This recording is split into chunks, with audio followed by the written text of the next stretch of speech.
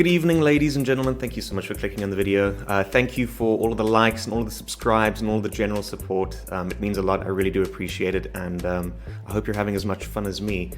Today, I'm going to be doing something slightly different. I'm going to be going over a game that I played earlier today where I managed to land quite a simple trap against the Pirc defense.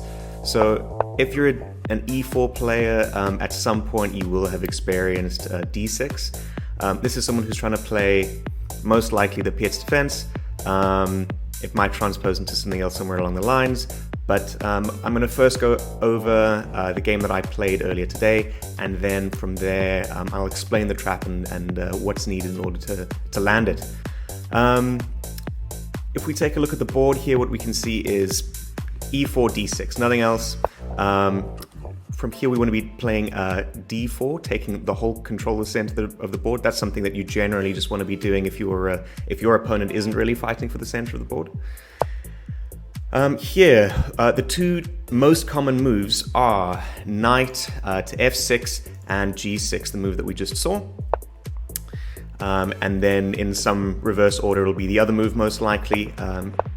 Here we want to be bringing the knight out, and then our opponent will either be playing this or bring their knight to f6. Some combination of these three moves, this, and this, is most likely what's going to be happening. From this position, I think what I'm just going to be doing is following on from the most common move in the position, at least from Black's perspective, just so we can see how easy this is actually to land. So what you want to be doing is bringing your bishop out here, pointing towards the queen. If they play h6, it doesn't matter. You come back. It doesn't matter if they play this or not. The trap still works exactly the same. It's totally fine either way. Again, they'll be bringing their knight out at some point, either sooner or later. It doesn't matter. In this position, what we actually want to be doing is pressing the pawn forward. So once they've got this, the bishop out and the knight out, and we've got our bishop here, we know that it's time to press forward. Now, if you look at this and you're the kind of person who hates queen trades, what you're most likely looking at is, if I push this forward, takes, he's gonna trade queens because obviously he doesn't want me to take his queen and take away castling rights, and unfortunately it is that kind of game, but I promise you it's well worth it. Just stick with me for a couple of minutes and see what I'm talking about. So we take back, our opponent moves into the middle, we chase him away, he takes, and we come into the center of the board. Now this has already got quite a massive threat going on here, which our opponent is most likely going to see. He might not, we'll see what happens. My opponent did, and he defended it like this, but fortunately, the reason for us bringing our knight into the center of the board instead of here, delivering the same threat, is that our bishop is here. Now, if our opponent says, oh well, I mean, I've got to take back, he's taken a piece, I've got to take back, it's immediately checkmate. There's nothing he can do. This is check, and then checkmate. Alright, so I know that was a lot. Let's quickly go over the trap and see what is needed and what to do from there. So, e4, d6. Nothing excessive, nothing crazy.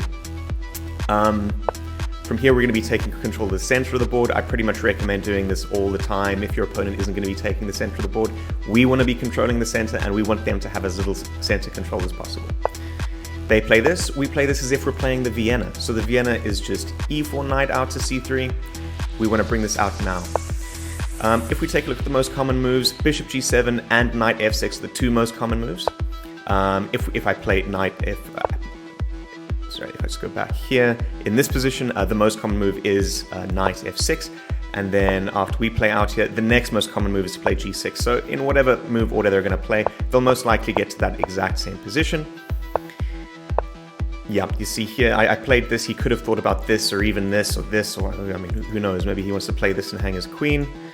But the most common move is to play knight f6. And again, once we see this, we've got our knight out, we've got our bishop out, and we know that he's got this entire structure without having castled. It's time to push.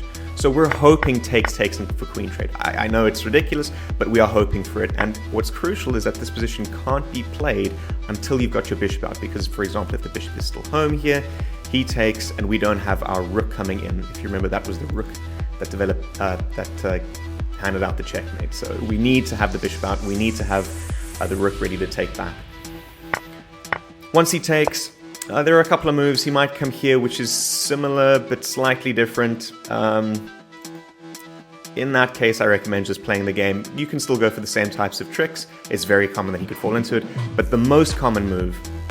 Sorry, let's actually just go through the most common moves here. So, this is all the most common setup. We play here, most common move, most common move, most common move, most common move, most common move, most common move, most common move, and already it's +5. So our opponent has played nothing but the most common moves, and already they're dead lost. There's nothing they can do. At very best, they're just losing a clean rook. So, in this position, now we've got everything. We've sacked our pawn. Our opponent thinks he's being cool. He thinks he may have managed to salvage something. Now we come in. Remember, we want to come in towards the center of the board, leaving this diagonal open instead of coming here, because, yes, if we do, for some reason, just decide...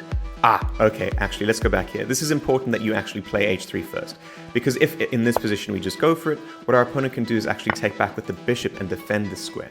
We can't have that, obviously, so we need to encourage our opponent to move. Once our opponent has taken, we can't come out here because it blocks our bishop, so we come in towards the center of the board. If he plays this or not, I think most common in this position is now to castle and just hand us a free rook. But if they don't, if they decide that they want to try and rescue the position, we let them have it by all means, and hand them a forced checkmate in 12 moves. I've seen Grandmasters fall for this, I've seen all ELOs fall for this. If they play the Pirc defense, there's a very, very strong likelihood that they fall into this just by playing the most natural and most common moves. Yeah, and there's very little that they can actually do about it, so good luck. Let me know if you managed to land this one. I hope you do. Please comment here if you do, and please actually try and go for it. I know that sometimes it's easy to get caught up into just playing, you know, our normal thing against unknown openings, but if you see this move, you'll know this is the French, this is the Pirc defense. If you see the Pirc defense, give it a shot, see what happens. Thanks for watching, guys.